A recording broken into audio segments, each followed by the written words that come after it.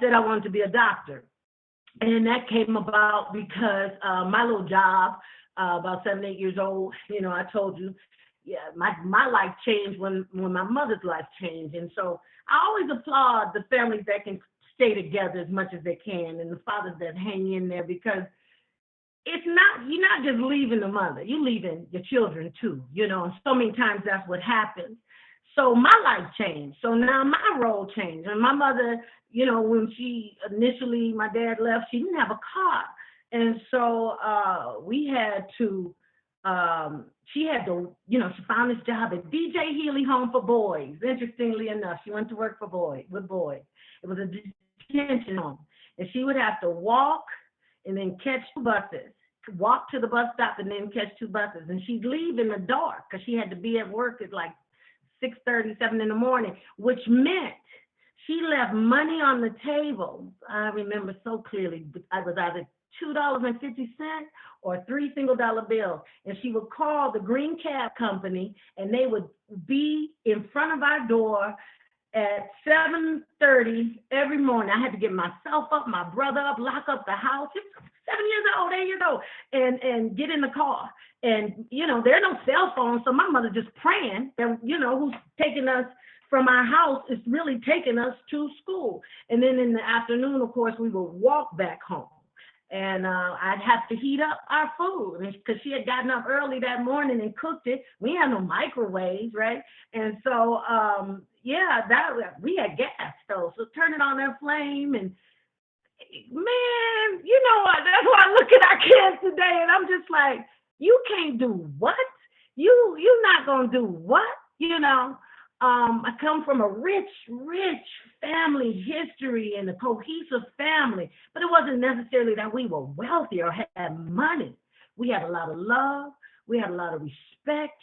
Our grandparents, our great-grandparents were a very strong part of our lives.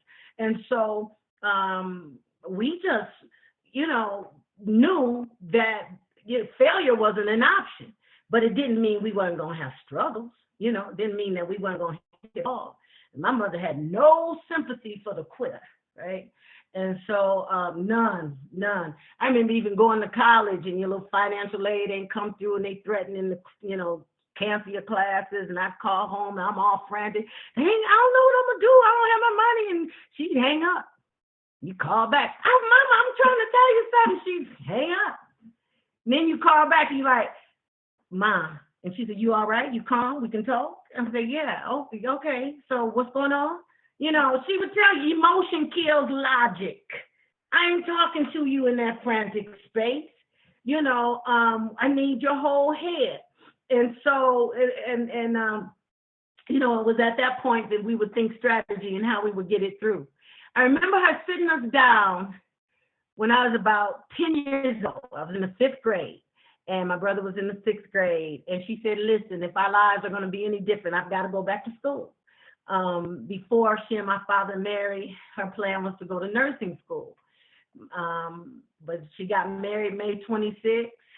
My brother was born September 13th. Do the math. And so, life changed, right? And so my dad went to work. He was in engineering school up at Central State. And they were in love, and they figured they could make it, when they first got married.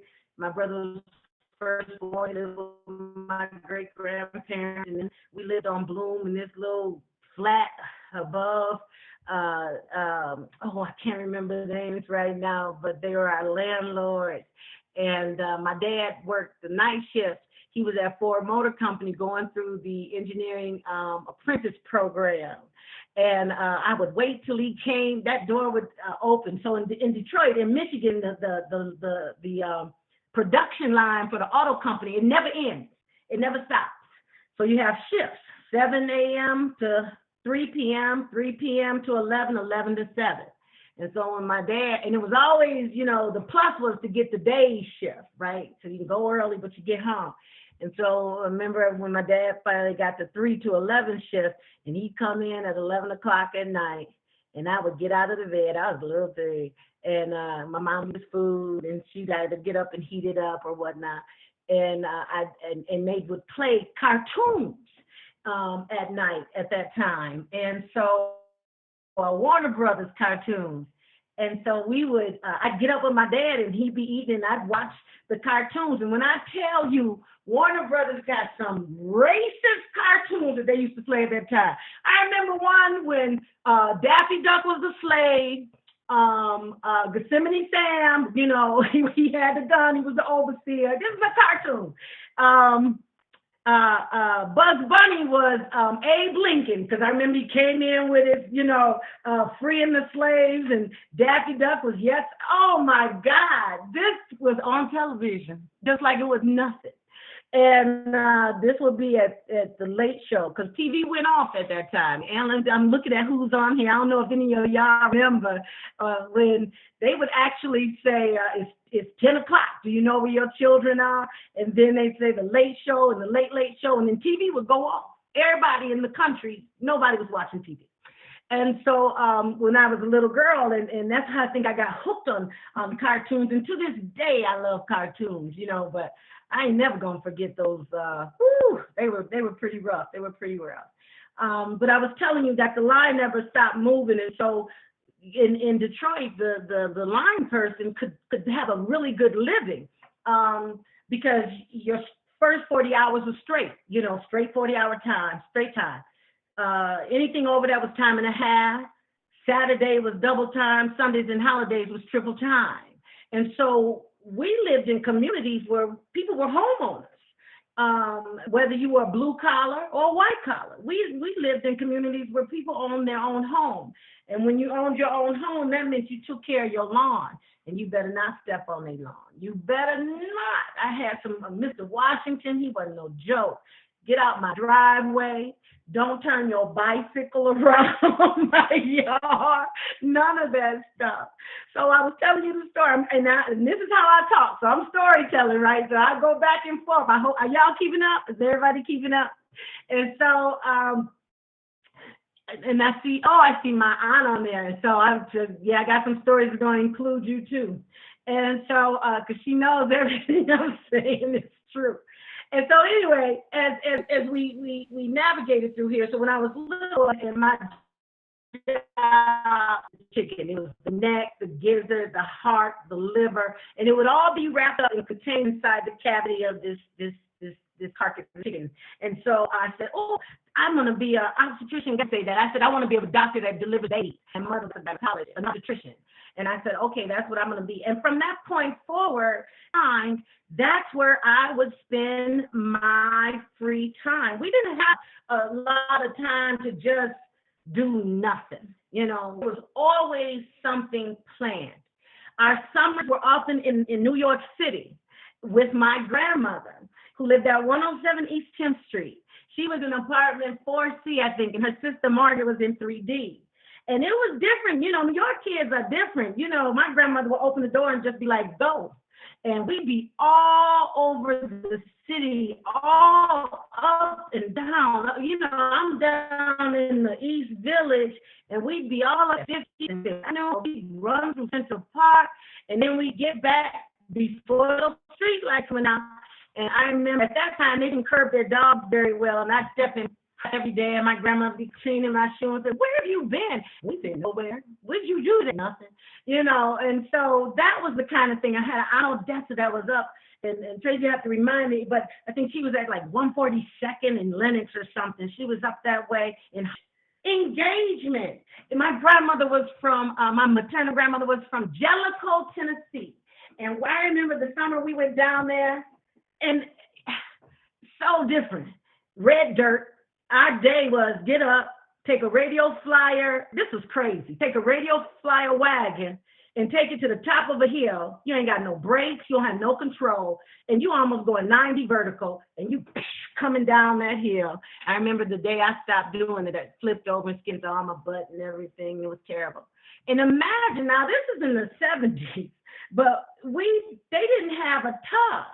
And so you would take a bath. My Aunt Elizabeth would pull this big old tub out, and we would get in it. And I learned very quickly, I want to be the first one in.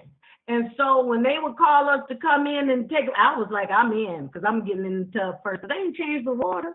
So, you know, it was that kind of a life. It was a great life growing up.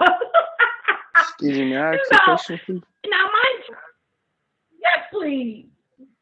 Um, I love your story, honestly. My name is Tajon Davis. I go by Tank. The question that I wanted to ask was, um, when you were growing up, seeing that the grind that your mom was going through, and not necessarily the struggle that you guys were going through, but what made you want to be what you were today? Like, was seeing So, her yeah. struggle, and like, did you want to grow up and make a better life, not only for yourself but for her and for your family and just things like that? That's a great question. Thank you for asking it. So I started telling you how she sat me down and my brother down. I was in about 10 years old. And she said, if our lives are ever going to be different, I've got to go back to school. And with that, she went first to community college and achieved her associate's degree. And from then, she went on to Wayne State University and achieved, and got her bachelor's. And after that, she kept going straight through and went to Marygrove and got a master's degree in education. And as a result of that, our lives indeed did change. Now, here's the thing. Coming up, we always knew we were going to college. It was never an option. The only option was, where would you go? Because my brother and I, when we finished, we were about fourth generation college graduates. So that meant my great grandmother had a sibling that finished at Spelman. My grandparents both had master's degree, my father's parents, which was unusual in many ways at that time. And then, of course, my mother. And when my mother went back to school, her father, at 71 years old, went back to college. But at any rate, so we always knew we were going to do that. I thought I would be a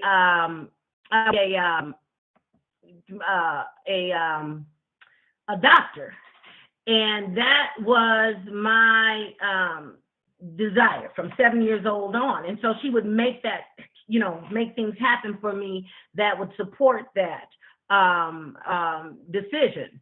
But when I got into the 10th grade, a black man, a brother by the name of Kenneth Hill, he worked at Ford Motor Company. He had started a program called Detroit Area Pre-College Engineering. And he had decided that my school, Renaissance High School, a college preparatory high school, would be the school he would launch this in. So 15 kids had an opportunity to work side by side with engineers at the big three auto companies, and we could spend our summers at Michigan State or University of Michigan doing a summer program around this discipline. And at that point, I said, well, I want to do engineering, especially when I learned I could do engineering as an undergraduate and then do my, still go to medical school. That was my vision at that time. But I always made the connection, if you will, baby, between education and, or some type of a skill and quality of life. Because remember, one of the things I said is that growing up in Detroit, the auto workers, the line never stopped moving. And so those blue collar workers that were there were able not only to make a living, but they could also get training in the apprenticeship. And so you could come out of there in skilled trades with a journeyman's card that takes you all over the world to work. And your pay was also, a lot different by comparison. But yes, absolutely. So in terms of my mother, absolutely. I knew that she depended on me greatly. But more than anything, failure not being an option, supporting her vision and dream for my life was just as important for me as developing my own dream for my own life. Because even in that space, and I worked in corporate and and made crazy money and had wonderful titles and a staff and everything. I walked away. And I walked away because in the engineering fields, while I needed more young people that looked like you and looked like me, I couldn't get them. So I figured they weren't coming in, they weren't interviewing, I couldn't hire them fast enough. So I said, let me go get them. And that's when I left corporate, walked away, and went and started the Jellico Foundation. And my mother was probably my biggest supporting fan, because let me tell you, my brother is a physician. He, that was the thing we were both gonna do.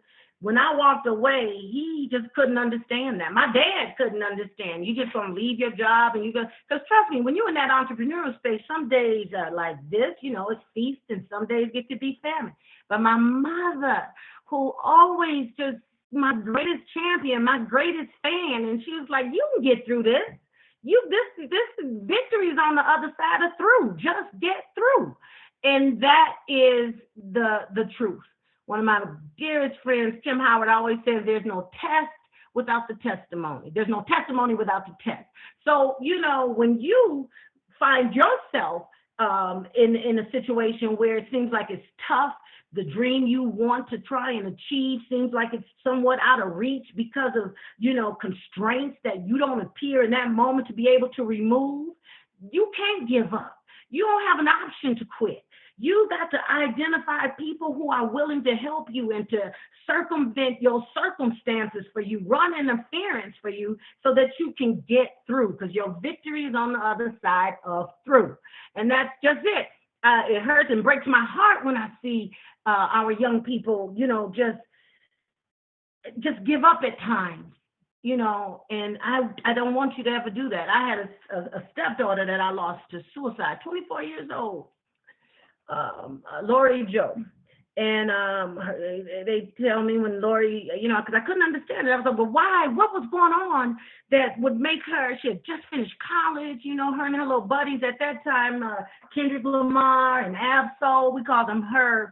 They were all doing their little thing together. And I thought, okay, that little, their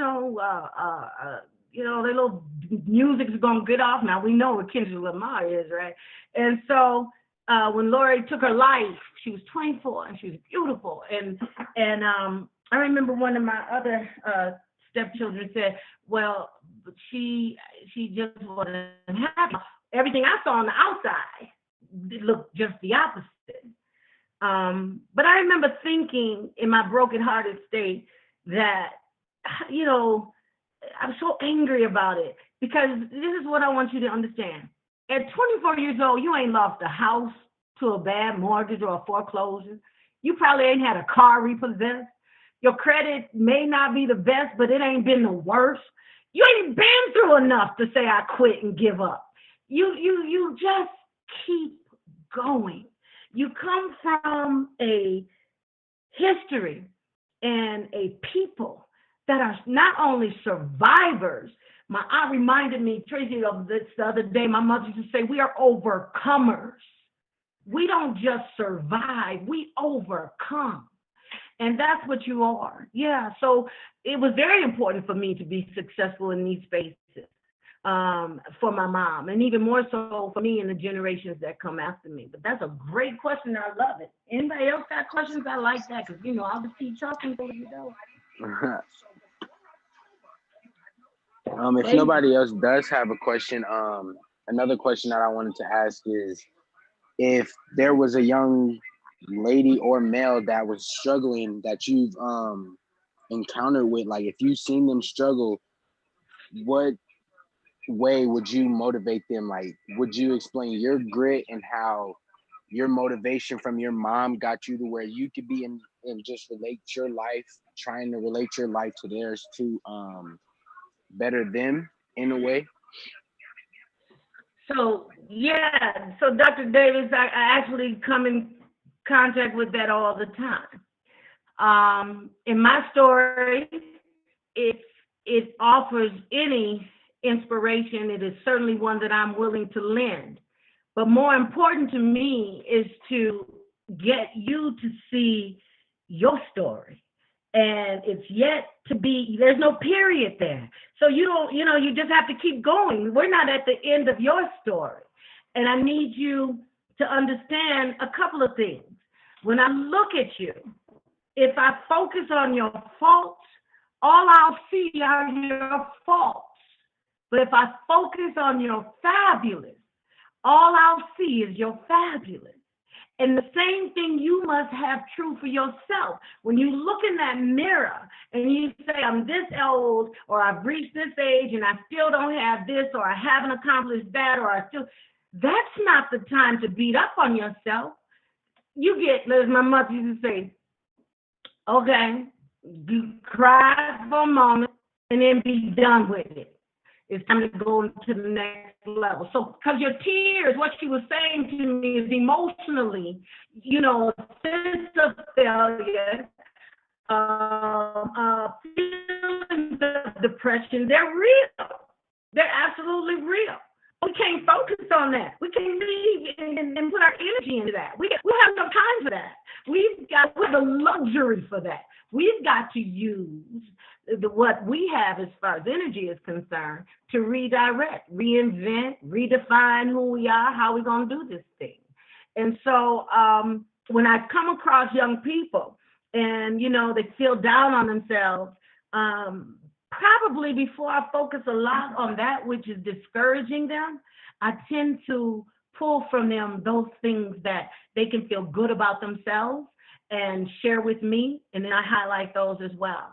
But the best thing I can do for anybody that's at a crossroads or at a point where they just don't feel like it's happening, is to share with them that the greatest thing about being human is that faults are inevitable, weaknesses are unavoidable, but we're overcomers. We see it, we get through it. And for every one of us that's going through some hell and we think it's unbearable, I guarantee you there's somebody that would trade their hell for yours. And so it's never as bad as we think it is. I have a lot of faith. How are you with your faith? Are you a faith-based person? I'm talking to Dr. Davis. Pink, wasn't it you that asked me those questions? Who asked me that? That was Tank. I can't hear. Can you hear me? Phil, can you hear me? Yeah, that was Tank. I can hear you. Okay, so I didn't know. Yeah. That was Tank. So he's hiding from me now. But, okay. He's on mute right but now. That's the main thing I want you all to know. There's a power, whomever you call him, by whatever name, They kicked him out. greater than ourselves. And so we gotta be willing to surrender ourselves to the reality. We only have so much bandwidth. Right? So at some point we have to realize we do all that we can do, and then we have to trust God, trust Yahweh, trust Jehovah, trust Allah to do the rest. And that's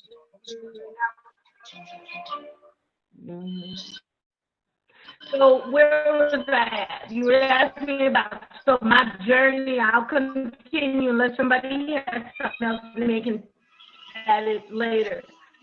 So I'm moving to this field of engineering, and I'm in mechanical engineering. I finished my undergraduate at Xavier University, New Orleans, and I finished in physics. And I went on Howard University.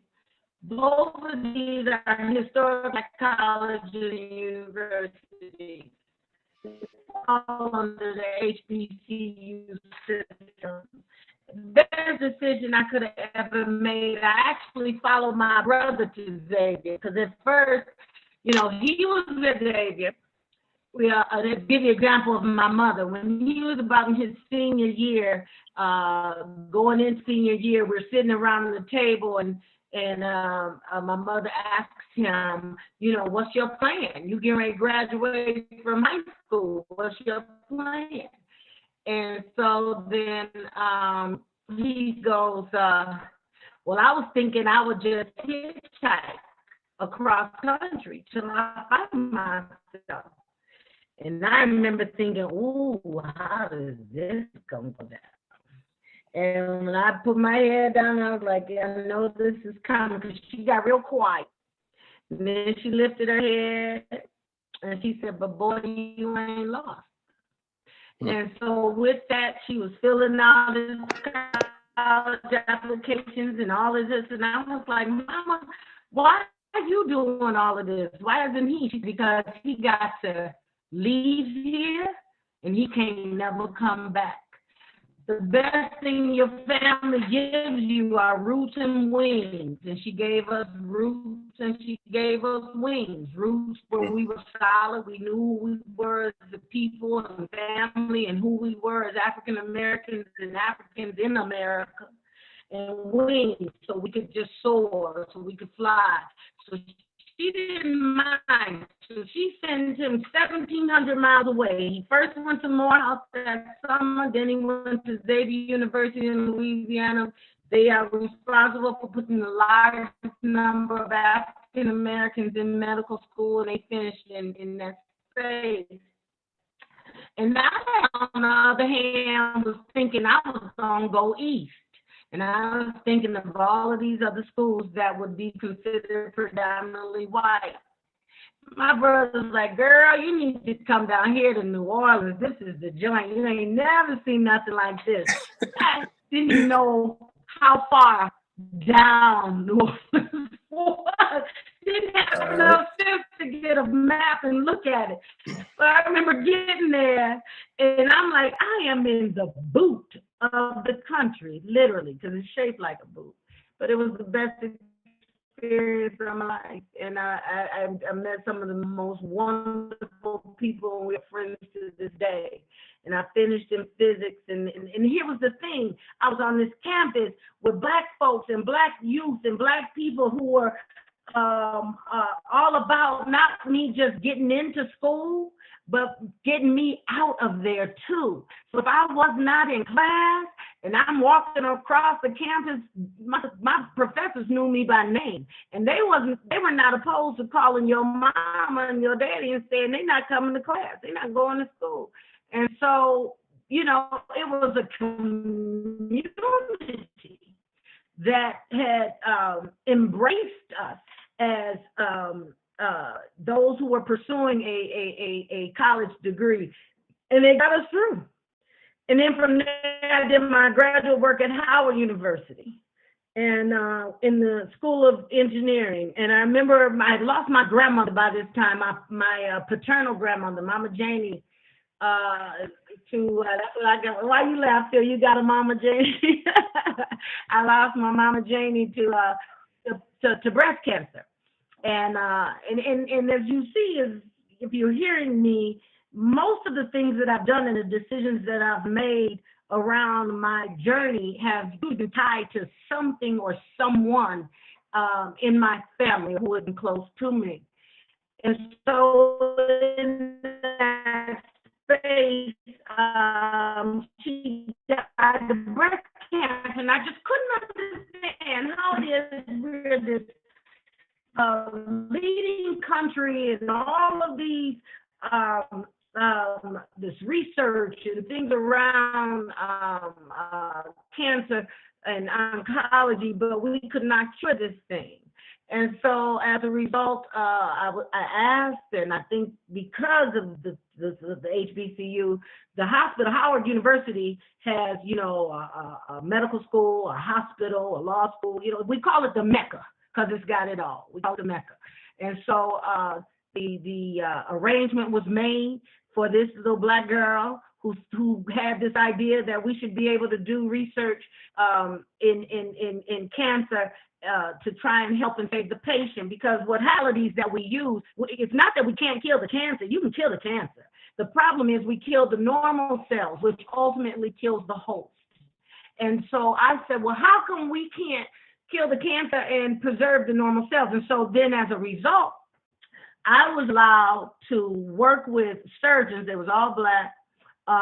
They let me come in. They would donate their time, and we would be involved in this research where we actually used canines at that time, and we would do something called intraoperative hyperthermia. Hyper is heat, earth, raise it, hyperthermia, intraoperative radiation therapy with electrons. And what it was like, here's your tumor, and we used this double node microwave antenna that we inserted, and it would shrink the malignant tumor, preserving all the normal cells around it. And the beauty of that research, now mind you, this is how life is. So my research, my thesis title was the dosimetry effects of double node microwave antenna and intraoperative hypothermia and intraoperative radiation therapy with electrons. And my first day on the job, the white boy asked me if I was the new secretary. That's how life is sometimes in this circle. And of course, we don't fall apart and get angry. You say anything with a smile, as my mother said, you say anything with a smile. And I said, no, You I'm said not. that was the name of your thesis? But if you're getting coffee, I take mine with 2 creams and 2 sugars. You can bring it to me in that office over there. But of all the things he could have asked me is in this organization that was full of engineers, being an engineer was not something he even fathomed. And as it turned out, he didn't even have an engineering background.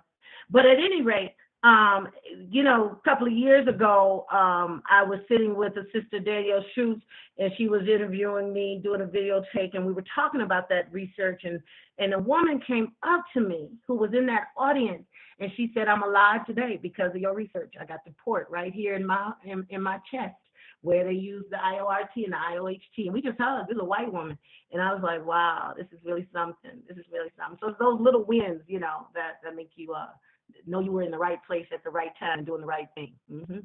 Anybody have a question? Because I'll keep going. So from that point, my life really changed. So I'm in Washington D.C. This is Chocolate City, right? This place. If y'all born and raised here and you've never, that was my thesis. Yeah, that's my title. What, the dosimetry effects of the dosimetry effects of double node microwave. Why you laugh, Phil? Why are you laughing? Yes, that was my thesis. Yeah, my master's thesis. And that's what continue. I really should have probably went on and did a doctorate even at that time. But I got a call from my brother while I was, working, and my 5 years of working. You remember he called me and said, I always wonder if you could get in medical school. I said, anybody can go to med school. I finished engineering. And so the bet was on, and I left engineering, United States Nuclear Regulatory Commission, and I entered medical school about 5 years after being on the professional job. And about 3 years in, a research team needed an engineer to calibrate a little biosensor, because at that time they was trying to determine if you had a stroke, what was the concentration of a particular amino acid being emitted from your brain, and how was it affecting you? And if they could harness it, then we could give meds to, like you do with a heart attack, early onset of a heart attack, you take an aspirin. We could probably do that with the stroke, if you will. And that's funny news. That brings me back around. Let me tell you how Black people are. This is what's so wonderful and the beauty of being Black. So when I entered the job, the United States Nuclear Regulatory Commission, I was at that time only the 3rd African-American female engineer that they had hired. And at that time, they had been in place over 40 years. The United States Nuclear Regulatory Commission it used to be called the Atomic Commission. And they were responsible for the build of it's called Little Boy and Fat Man, the nuclear bombs that were dropped on Nagasaki and Hiroshima back in World War II. And so I was only, one of 3. And my responsibility was to go into the nuclear power plants, which were usually erected and built in very rural areas, many in the South. And when we would come on site, we would do what was called a unannounced inspection. And so I got on the USNRC, I got on the jacket with all of that in the back and the hard hat. You're not supposed to fraternize with folks that you come in to do these inspections with. But I remember my father telling me, he said, you got this master's degree in nuclear engineering. I said, yep. And he said, you might be one of the smartest book learned people when you hit that yard at those power plants. I said, yeah, maybe, I don't know. He said, but let me tell you something. You don't know shit. He said, it'll be that high school student who graduated high school, who built that plant from the ground up, that blue collar worker that's been on that site for 30 years, that knows every valve and every screw and every pipe. That's who you have to align with. That's who's going to make you successful. And so I would enter those places with all humility. And usually it was me and all white guys. And I'm telling you, word, and I don't care where you are. Black people get the word out there. And people with this black girl on the, it's this black girl here in the regulatory commission in this hat. And you're not supposed to fraternize. But I would be looking up, they be on the platforms, and they do like this. You know how we do. And I'd be like, I see you. And some of them be like this. And it would make you feel good because I'm in the bottom of Alabama, okay, or Mississippi. And it's like, oh, and Arkansas. And I'm like, they let me know, we got you. And I got sick, I remember one time being there, and I was like, don't take me to no hospital here. Something in my spirit said, if I go here, I'm out of here. I need to get back to D.C. So back to D.C. It was a wonderful place. If you all have not ever been, you got to go. It was truly, it still is the chocolate city. It was this place almost magical. As you know, its history kind of reminds you of just one large Harlem, if you will, or Brooklyn even. But in Black people, and they were professionals, and the doctors, the lawyers, the lawmakers, the policymakers, as well as the shop owners, and it was just Black people everywhere. And they really, really inspired me in that space. I thought I would never live anywhere else. Never thought I would live anywhere else. So in that space, I'm still talking. If you got a question, you can ask me. Because I don't know how many young people are on the line, but I want you to think about leaving here. Travel was one of the things that my mother really, really emphasized with us. You got to leave here. Black people who leave this country see other Black people in other countries, even if it's in scenarios that are more challenging than this, they don't have a minority mindset. They don't think with the glass half full. One of the beauties about being at Howard University was got one of the largest populations of international students. Many of my friends were from Africa. And they went back after finishing, and Modibo went on to become Prime Minister of Morocco, and Moses went on to become head of AT&T, he was in Joburg. Chaco stayed here, and he's from Cameroon, and he's just become this developing, he's just a monster at this point.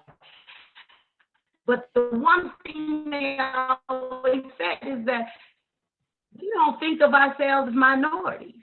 Africans from Africa do not think of themselves as the minority. They would always say, African Americans, you call yourselves a minority, you act like it. So that's one of the things that we really do need a paradigm shift. We're the rising majority, but we definitely need to probably stop referring to ourselves as the minority. Because there's some misses in that title, and it keeps you in a position of submissiveness when you are using that title, even describing yourself. That's absolutely correct. Yes, Thought indeed. somebody had a question. So I don't know where we are in this. How much more time we got? Because I can keep going. I love this. The storytelling. This is I was going to ask. you know, the role of the griot in our history is exactly what it is that we do. Many times when people see me and they think, "Oh my gosh, you have it all together. You know, you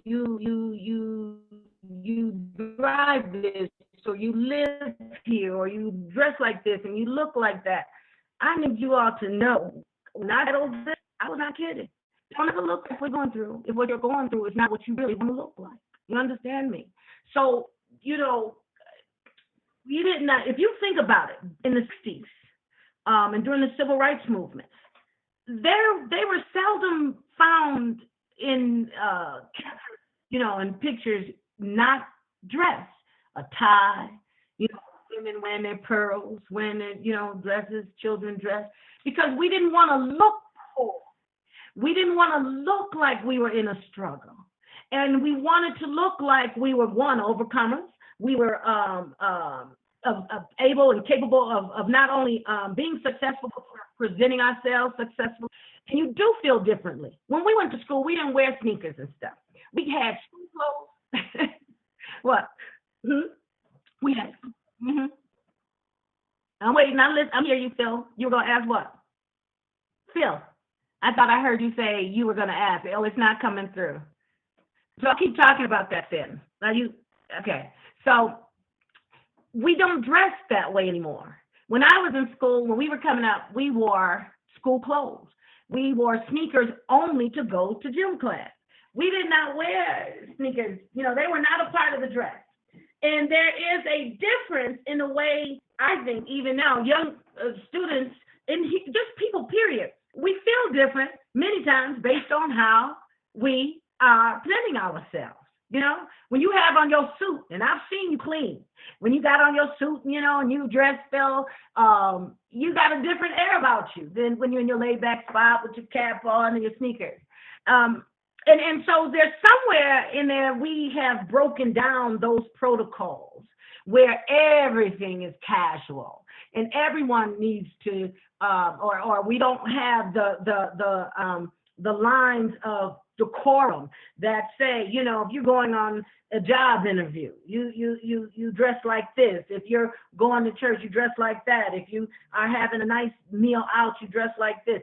You know, this idea that everything is casual and everybody is casual for everything, it absolutely does, I believe, have some influence on how we at times present. I agree. And so when we are feeling bad, things ain't going right. I got a text today, one of my young men, my brother's keeper, young men, I sit on the executive governance board for my brother's keeper. I also, through the Jellico Foundation, throughout the year, mentor, and in the summer of success, I always take no less than 10 of these young men through the paid internship program. But I got a call today asking me about one of my young men, and you know, he's not working, and he's feeling defeated. This whole COVID-19, this isolation piece, you know, and it takes a toll at some point. And as a result, you know, we're worried about the mental health of our young men right now, and women too, but we're worried about, you know, how are they processing this? You know, that's when you got to get up. That's when you get up, you shower, put on your clothes. You can't even, don't know, that's okay. But dress up, you know, so that maybe that helps you look up, and then you stand up and you continue to push yourself through so that you get up and keep going, and you don't fall apart. You know, it might look like it's coming apart. A lot of times it's coming together. And so how do we help ourselves push through? I think my mother was very, very clear when she said, and very, very knowledgeable and wise when she said, don't ever look like what you're going through. You know, don't look like what you're going through. Yes, indeed. Yes, indeed. Where are we in this? All right. Can you hear me? You got anybody want to ask any questions at this time or share some of their Can you hear me right stories? You know, temptation is bi-directional. And I look forward to, I learn from our young people as well. I hear some stories that are breaking my heart. I was on a call with the mayor and a team about a week ago, and two of the youth that, well, Phil, you my brother's keeper alum as well, and so they were on there and they're saying that the young people are losing hope. Mm-hmm. And I'm thinking, well, why are we losing hope? Yes, this is in the moment. My daughter is supposed to graduate this year. She had all these plans. She had an idea of what it was to look like. She envisioned what senior year was to look like. But life is life. Yes, indeed. At any time, life will throw you a curve and say, hey, what we can't do is we cannot get confused between what is happening and a sign as if it's happening to us. Things will happen and things will continue to happen, and we just keep going. Here's the thing that we don't do well. And as young people, you got to understand, you think you got to have a lot of money. It ain't never been about how much you make. It's about how much you keep, okay? So learn to pay yourself first, which means save a dime. And then learn that delayed gratification has a greater reward. If you can't pay cash for it right now, don't put it on a credit card. Save for it, plan for it, and then you acquire it. But in the meantime, you can hear me. You can hear me. Okay.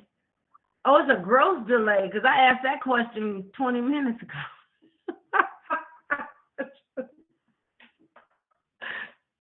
I asked that, and so I don't know what.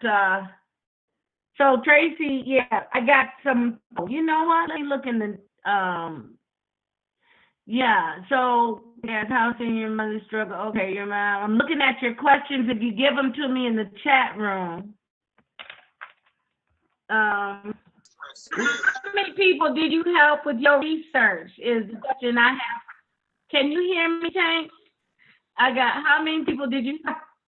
So I don't know how many I helped. I'm gonna assume if physicians use my modality to help people with cancer, it could be somewhere in the hundreds. And that is obviously a wonderful thing. I can tell you that I was very much I can tell you that I was very much pleased to learn that people are still being impacted by it. Someone wrote, Zoom is whack. Oh, that's my answer. And then somebody wrote, let's see, it's much better now. But here's a perfect example. This is a perfect example. We just keep going, Perfect. Right? We just keep going. We don't follow partners. It is what it is. So from this point, if you have any additional questions you want to ask me, if you have anybody that, or yourself, that you think I can support or help, please don't hesitate. You'll know how to reach me through Phil.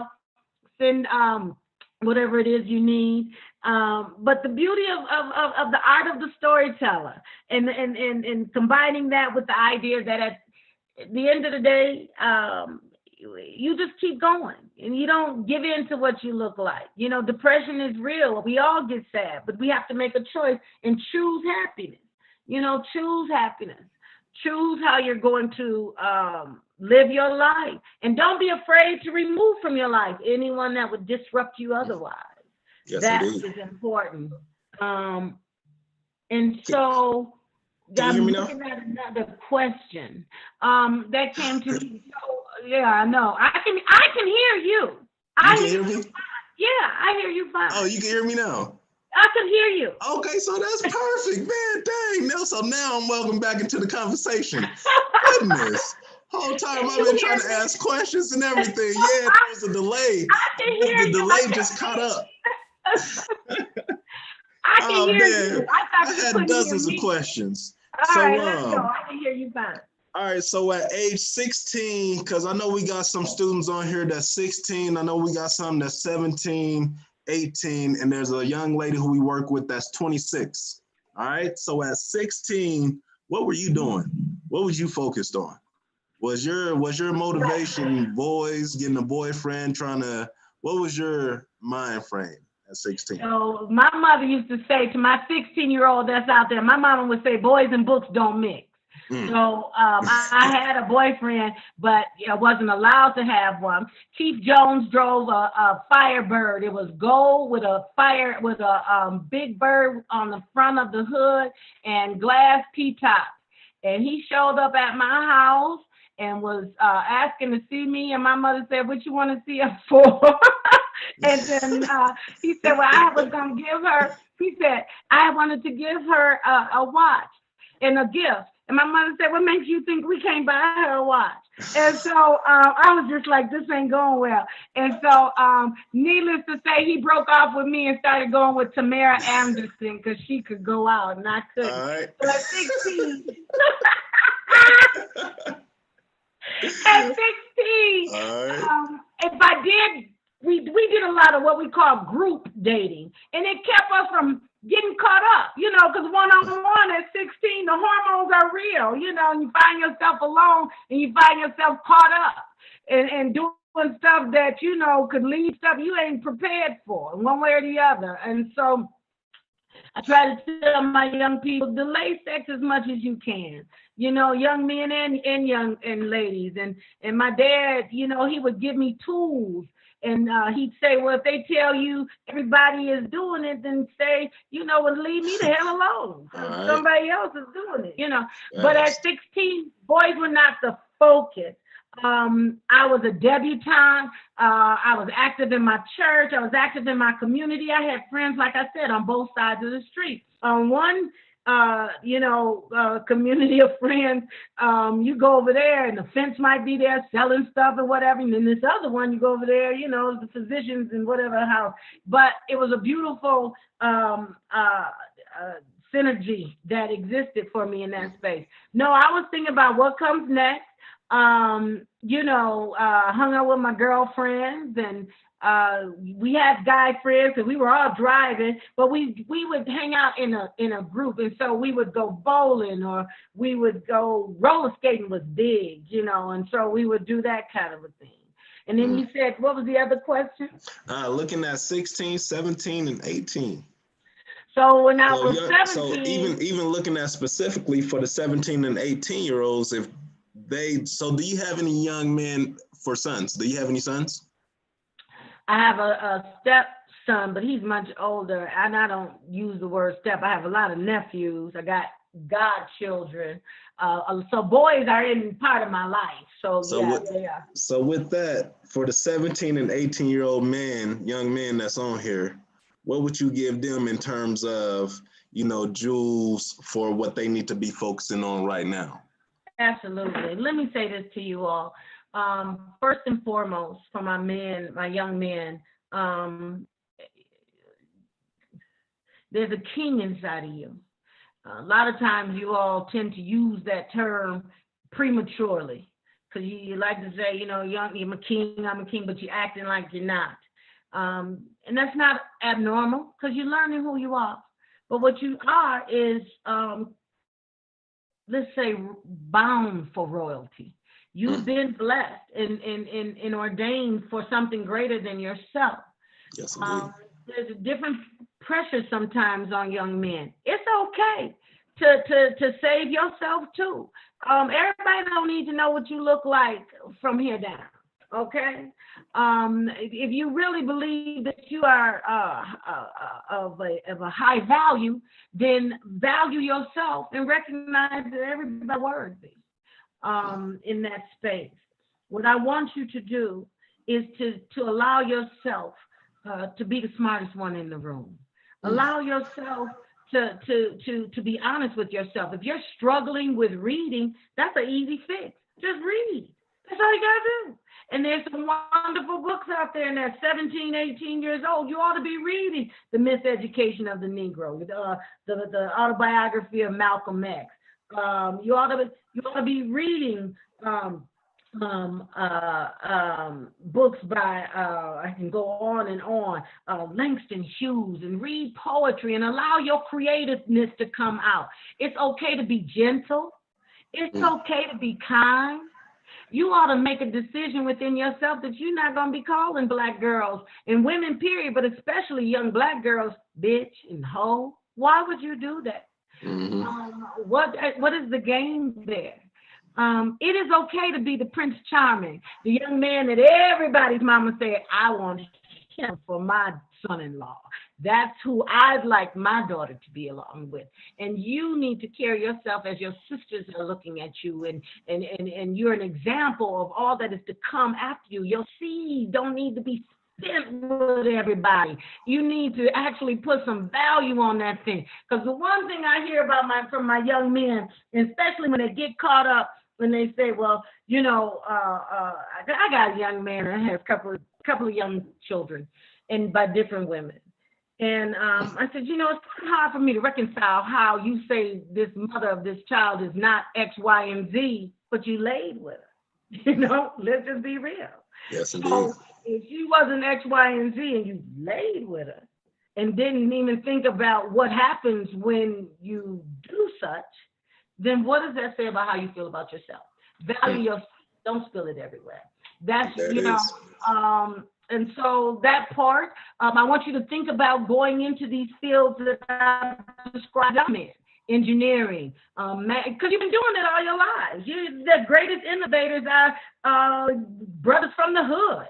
You know, I grew up where if you didn't have a scooter, if that's what you wanted, or a bicycle, you made it. Take the wheels off of a lawnmower, slap it onto a running board, you know, you made it. You want a tree house, you figured it out. You want a basketball hoop, you know, kick the bottom out of a crate and tack it up. You have been innovators all your life. You have been engineers all your life. That's why I call you doctor. That's why I call you engineer. That's why I don't allow you to say things like, I don't know how. I will accept you saying, I'm going to find out. I will accept you saying, I'm not familiar. I will accept you saying, I have never done it before. But to say, I'm not going to do it because, you know, because I'll get kids say, oh, this is whack. This is stupid. No, it's not. What's whack and what's stupid, and I hate the word stupid, but what's whack and what's stupid is that you would keep yourself from being exposed and gaining experience in something that could only make you wiser, only make you more powerful. Yes, so indeed. So my boys, I have to have a conversation with them quietly. Look, because I know that's right. All right, so if there's one thing, one message that you can leave us with, if we ain't catch nothing that you said this whole time, if there's one message that you can leave us with, what would it be? Wrap us up. You see that? Can you all see this right here? We see it now. My dreams have always been bigger than my fears. That's my quote. My dreams have always been bigger than my fears. You are going to find yourself in different situations where you will be forced to stretch and forced to, you'll either, you know, persevere, or you will perish. And so your obedience must be greater than your sacrifice when your dreams are bigger than your fears. Do it afraid. You know, so what? You're afraid. Do it afraid. But you got to have a plan. And that really supports the navigation in that journey. But when I say your obedience must be greater than your sacrifice, sacrifice is very clearly, I'm going to give this up because I know I'll get this in exchange. Obedience is, I'm going to stay the course. I don't know what's going to happen. I just believe in my heart. This is, you know, this is for me. And I'm just going to keep going. I don't know when it's going to change, but I'm not going to give up. And that's what's required of you. You know, show me your friends and I'll always be able to show you your future. Remove from your life without announcement. Anybody. I don't care who it is, family, friend, that would in any way impede you from being your best self. If you got crazy wild dreams and you running with folks that you can't share those crazy wild dreams with, you with the wrong people. Bottom line. If you are in a scenario where you can say some stuff like, I'm thinking I'm going to build a satellite that just catapults me on Mars, and you got friends that was like, dang, that's dope. Let's see where we can go. You with the right crew. Yes, indeed. If you want to be more, then you got to roll with more. People come into your life for two purposes. They're either going to pour into it, make a deposit, or they're going to pull from it, make a withdrawal. And so you've got to decide, am I with people who are making a deposit, giving me positive input, giving me positive reinforcement, encouraging me? Or am I with people who are just draining the hell out of me because they always got a problem? They always complain about not having. They always talking about what somebody owes them. That is draining. Yes, indeed. And so I also want our people, our young people especially, to know God kissed you. When he colored you chocolate, he gave you something special. He gave you something special. You don't even understand your power. All you know is for some reason, with all of the things falling apart around you, you're still here. You're still standing. And so your purpose must be greater than anything you're going to do for yourself. And I'm going to leave this with you and we can wrap up. My mother would say to my brother and I, it will only be what you do for others that will ever matter in the end. That is it. It will only be when Phil Douglas, 100 years from now, closes his eyes, there will be thousands of you who said, that brother taught me chess. And when he taught me to play chess, he actually taught me how to do math, how to think critically, how to think strategically. He taught me how to protect what's valuable and how to make a decision on what I could afford to let go and what I was not willing to sacrifice. That's chess. It's deeper than just moving pieces on the board. And so that's what I want them to know. That's what I want them to know. Absolutely. That'll work. All right, everybody. How we gonna wrap up? You know, one thing that we do in our classes when we have a guest speaker is, you know, I count to 3 and then we all just snap at the same time. All right, that's how we gonna wrap it up. All right, 1, 2, 3. 1, 2, 3. And that's the art of storytelling for the day. Thank you again, Miss Toi. Thank you again. And thank y'all for chiming in and tuning in. Tomorrow again, we on again tomorrow, 3 o'clock. Chime in, get it in. All right, I'm gonna see y'all later. Peace. Peace side. Peace side. Baby, you. Oh, now you want to say something. Nah, you had us on mute. Man, you could have took your own phone off of mute, fool. Don't do that. I Don't even text. do that. I text. Oh, man, I get text. out of here. Now you want to say something. I text. You look. I